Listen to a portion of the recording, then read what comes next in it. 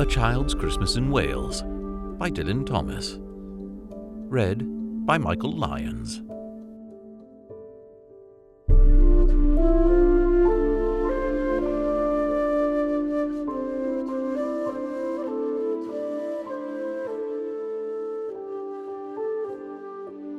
One Christmas was so much like the other, in those years around the Seatown corner, now out of all sound except the distant speaking of the voices I sometimes hear a moment before sleep, that I can never remember whether it snowed for 6 days and 6 nights when I was 12, or whether it snowed for 12 days and 12 nights when I was 6.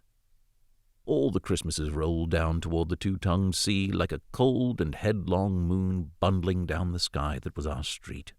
And they stop at the rim of the ice-edged, fish-freezing waves, and I plunge my hands in the snow and bring out whatever I can find. In goes my hand into that wool-white, bell-tongued bowl of holidays resting at the rim of the carol-singing sea, and out come Mrs. Prothero and the fireman. It was on the afternoon of the day of Christmas Eve, and I was in Mrs. Prothero's garden, waiting for cats with her son Jim. It was snowing. It was always snowing at Christmas. December, in my memory, is as white as Lapland, although there were no reindeers. But there were cats. Patient, cold, and callous, our hands wrapped in socks, we waited to snowball the cats.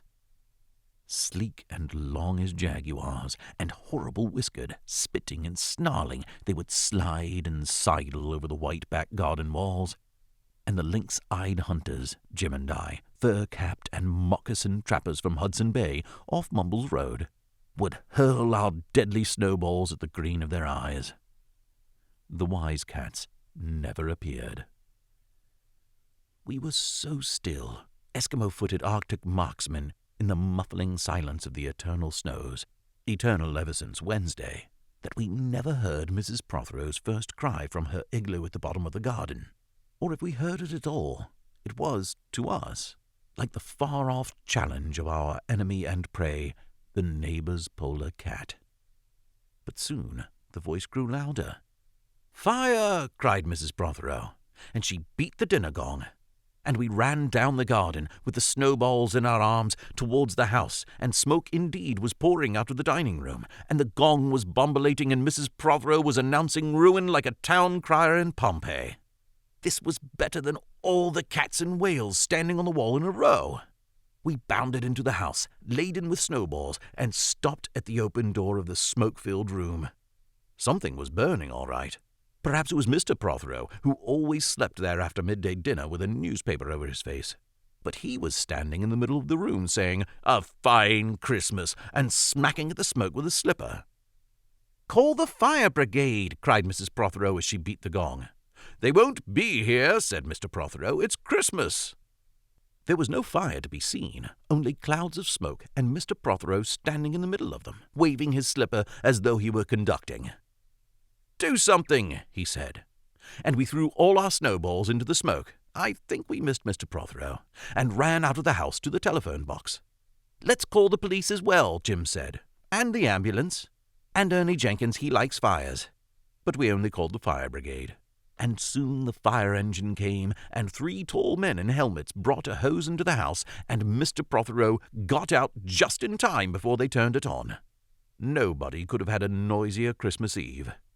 And when the firemen turned off the hose and were standing in the wet, smoky room, Jim's aunt, Miss Prothero, came downstairs and peered in at them. Jim and I waited, very quietly, to hear what she would say to them. She said the right thing. Always. She looked at the 3 tall firemen in their shining helmets, standing among the smoke and cinders and dissolving snowballs, and she said, "Would you like anything to read?"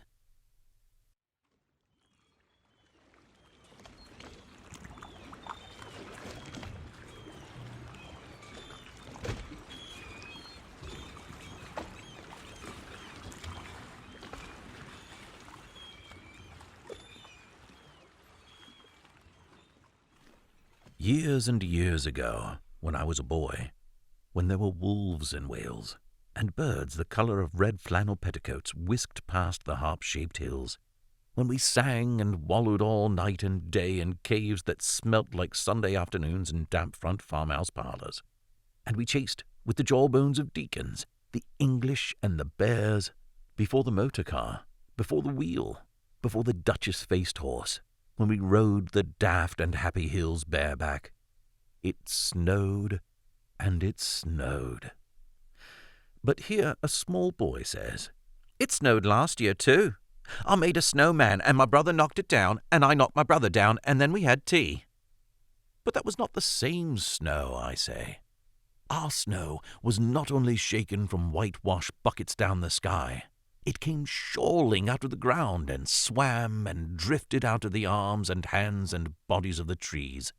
Snow grew overnight on the roofs of the houses like a pure and grandfather moss, minutely ivied the walls, and settled on the postman opening the gate like a dumb, numb thunderstorm of white, torn Christmas cards. Were there postmen then, too? With sprinkling eyes and wind-cherried noses, on spread frozen feet, they crunched up to the doors and mittened on them manfully. But all that the children could hear was the ringing of bells. "You mean that the postman went rat-a-tat-tat and the doors rang?" "I mean that the bells that the children could hear were inside them. I only hear thunder sometimes, never bells." There were church bells, too. "Inside them?" No. In the bat-black snow-white belfries, tugged by bishops and storks. And they rang their tidings over the bandaged town, over the frozen foam of the powder and ice cream hills, over the crackling sea. It seemed that all the churches boomed for joy under my window, and the weathercocks crew for Christmas on our fence. Get back to the postmen. They were just ordinary postmen, fond of walking and dogs and Christmas in the snow. They knocked on the doors with blue knuckles. "Ours has got a black knocker." And then they stood on the white welcome mat in the little drifted porches and huffed and puffed, making ghosts with their breath, and jogged from foot to foot like small boys wanting to go out. And then the presents. And then the presents, after the Christmas box. And the cold postman, with a rose on his button nose, tingled down the tea-tray-slithered run of the chilly glinting hill. He went in his ice-bound boots like a man on fishmonger's slabs. He wagged his bag like a frozen camel's hump, dizzily turned the corner on one foot, and by God he was gone. Get back to the presents. There were useful presents, engulfing mufflers of the old coach days, and mittens made for giant sloths, zebra scarves of a substance like silky gum that could be tug-of-war down to the galoshes, blinding tam-o'-shanters like patchwork tea-cozies, and bunny-suited busbies and balaclavas for victims of head-shrinking tribes. From aunts who always wore wool next to the skin, there were mustached and rasping vests that made you wonder why the aunts had any skin left at all. And once I had a little crotcheted nose-bag from an aunt now, alas, no longer whinnying with us. And pictureless books in which small boys, though warned with quotations not to, would skate on Farmer Giles's pond and did and drowned. And books that told me everything about the wasp, except why. Go on to the useless presents. Bags of moist and many-coloured jelly babies, and a folded flag and a false nose and a tram conductor's cap and a machine that punched tickets and rang a bell. Never a catapult. Once, by a mistake that no one could explain, a little hatchet, and a celluloid duck that made, when you pressed it, a most unduck-like sound, a mewing moo that an ambitious cat might make who wished to be a cow, and a painting book in which I could make the grass, the trees, the sea, and the animals any colour I please. And still the dazzling deep blue sheep are grazing in the red field under the rainbow-billed and pea-green birds. Hard-boileds, toffee, fudge, and all sorts, crunches, cracknel, humbugs, glaziers, marzipan, and butter Welsh for the Welsh. And troops of bright tin soldiers who, if they could not fight, could always run. And snakes and families and happy ladders, and easy hobby games for little engineers, complete with instructions. Oh, easy for Leonardo. And a whistle to make the dogs bark and wake up the old man next door to make him beat on the wall with his stick to shake our picture off the wall. And a packet of cigarettes. You put one in your mouth and you stood at the corner of the street and you waited for hours, in vain, for an old lady to scold you for smoking a cigarette. And then, with a smirk, you ate it. And then it was breakfast under the balloons. Were there uncles like in our house? There are always uncles at Christmas, the same uncles. And on Christmas mornings, with dog-disturbing whistle and sugar fags, I would scour the swathed town for the news of the little world, and find always a dead bird by the post office, or the white deserted swings. Perhaps a robin, all but one of his fires out. Men and women wading, scooping back from chapel with taproom noses and wind-bust cheeks, all albinos, huddled their stiff, black, jarring feathers against the irreligious snow. Mistletoe hung from the gas brackets in all the front parlors. There was sherry and walnuts and bottled beer and crackers by the dessert spoons. And cats in their furabouts watched the fires, and the high-heaped fire spat all ready for the chestnuts and the mulling pokers.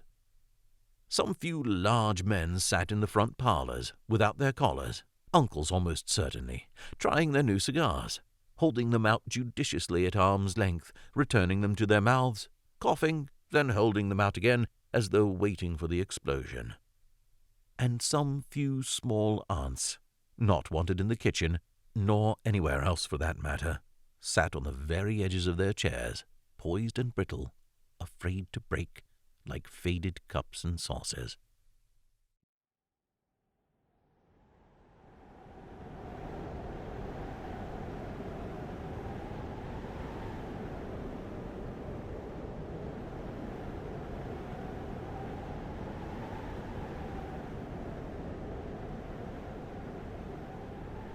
Not many those mornings trod the piling streets. An old man always, fawn-bowlered, yellow-gloved, and at this time of year with spats of snow, would take his constitutional to the white bowling green and back, as he would take it wet or fire or Christmas Day or Doomsday. Sometimes 2 hale young men, with big pipes blazing, no overcoats, and wind-blown scarves, would trudge unspeaking down to the forlorn sea, to work up an appetite, to blow away the fumes, who knows? To walk into the waves until nothing of them was left but the 2 curling smoke clouds of their inextinguishable briars. Then I would be slap-dashing home, the gravy smell of the dinners of others, the bird smell, the brandy, the pudding and mince coiling up to my nostrils, when out of a snow-clogged side lane would come a boy the spit of myself, with pink-tipped cigarette and the violet past of a black eye, cocky as a bullfinch, leering all to himself. I hated him on sight and sound, and would be about to put my dog whistle to my lips and blow him off the face of Christmas when suddenly he, with a violet wink, put his whistle to his lips and blew so stridently, so high, so exquisitely loud that gobbling faces, their cheeks bulged with goose, would press against their tinselled windows the whole length of the white echoing street. For dinner we had turkey and blazing pudding, and after dinner the uncles sat in front of the fire, loosened all buttons, put their large, moist hands over their watch chains, groaned a little, and slept. Mothers, aunts, and sisters scuttled to and fro, bearing tureens. Aunt Bessie, who had already been frightened twice by a clockwork mouse, whimpered at the sideboard and had some elderberry wine. The dog was sick. Auntie Dozy had to have 3 aspirins, but Auntie Hannah, who liked port, stood in the middle of the snowbound backyard, singing like a big-bosomed thrush. I would blow up balloons to see how big they would blow up to. And when they burst, which they all did, the uncles jumped and rumbled. In the rich and heavy afternoon, the uncles breathing like dolphins and the snow descending, I would sit among festoons and Chinese lanterns and nimble dates and try to make a model man of war, following the instructions for little engineers, and produce what might be mistaken for a sea-going tram-car. Or I would go out, my bright new boots squeaking, into the white world, on to the seaward hill to call on Jim and Dan and Jack, and to pad through the still streets, leaving huge deep footprints on the hidden pavements. People will think they've been hippos. What would you do if you saw a hippo coming down our street? I'd go like this, bang! I'd throw him over the railings and roll him down the hill, and then I'd tickle him under his ear and he'd wag his tail. What would you do if you saw 2 hippos? Iron-flanked and bellowing he-hippos clanked and battered through the scudding snow towards us as we passed Mr. Daniel's house. Let's post Mr. Daniel a snowball through his letterbox. Let's write things in the snow. Let's write Mr. Daniel looks like a spaniel all over his lawn. Or we walked on the white shore. Can the fishes see it snowing? The silent, one-clouded heavens drifted on to the sea. Now we were snow-blind travellers lost on the North Hills, and vast, dew-lapped dogs with flasks round their necks ambled and shambled up to us, baying Excelsior. We returned home through the poor streets, where only a few children fumbled with bare red fingers in the wheel-rutted snow and catcalled after us, their voices fading away as we trudged uphill into the cries of the dock-birds and the hooting of the ships out in the whirling bay. And then, at tea, the recovered uncles would be jolly, and the ice cake loomed in the center of the table like a marble grave. Auntie Hannah laced her tea with rum, because it was only once a year.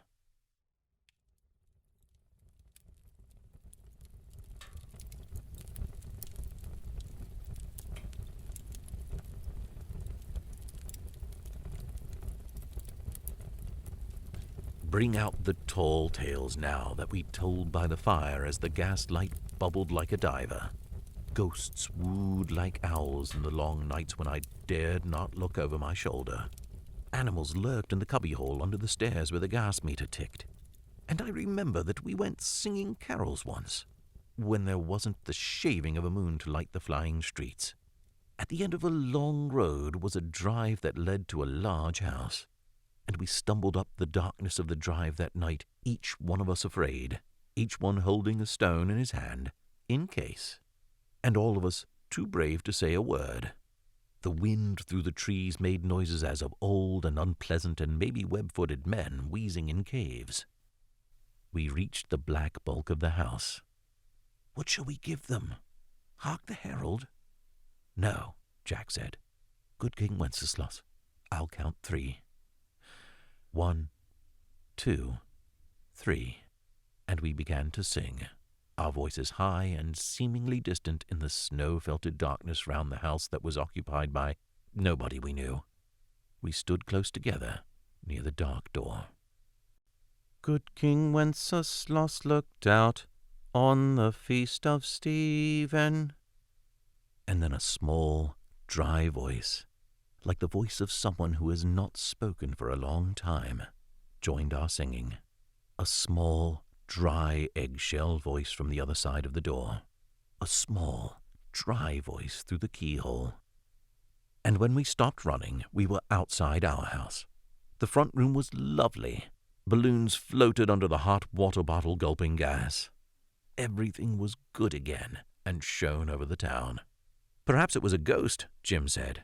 Perhaps it was trolls, Dan said, who was always reading. Let's go in and see if there's any jelly left, Jack said. And we did that. Always on Christmas there was music. An uncle played the fiddle, a cousin sang Cherry Ripe, and another uncle sang Drake's Drum. It was very warm in the little house. Auntie Hannah, who had got on to the parsnip wine, sang a song about bleeding hearts and death, and then another in which she said her heart was like a bird's nest. And then everybody laughed again. And then I went to bed. Looking through my bedroom window, out into the moonlight and the unending smoke-colored snow, I could see the lights in the windows of all the other houses on our hill, and hear the music rising from them up the long, steadily falling night. I turned the gas down. I got into bed. I said some words to the close and holy darkness, and then I slept.